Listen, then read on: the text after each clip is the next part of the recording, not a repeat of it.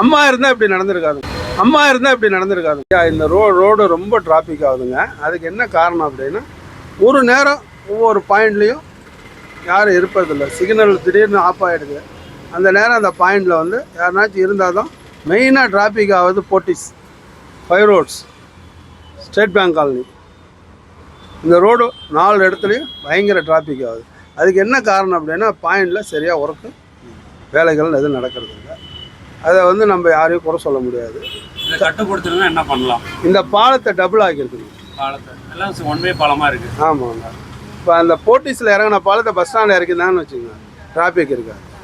இதே வந்து நம்ம பேலன்ஸ் போலீஸ் ஸ்டேஷனில் இறங்கின பாலத்தை பைபாஸில் இறங்கினால டிராஃபிக் இருக்குது.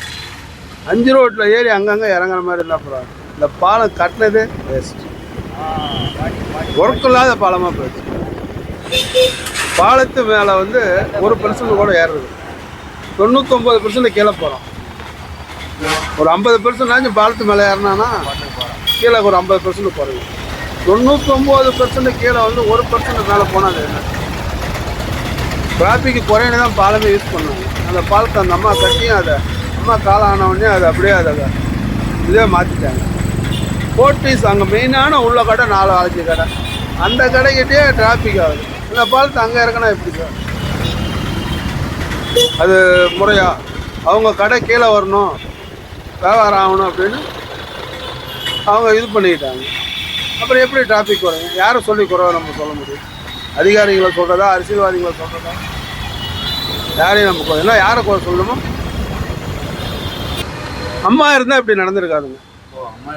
ஆமாங்க, அம்மா இருந்தால் இந்த பாலம் இதே வேற.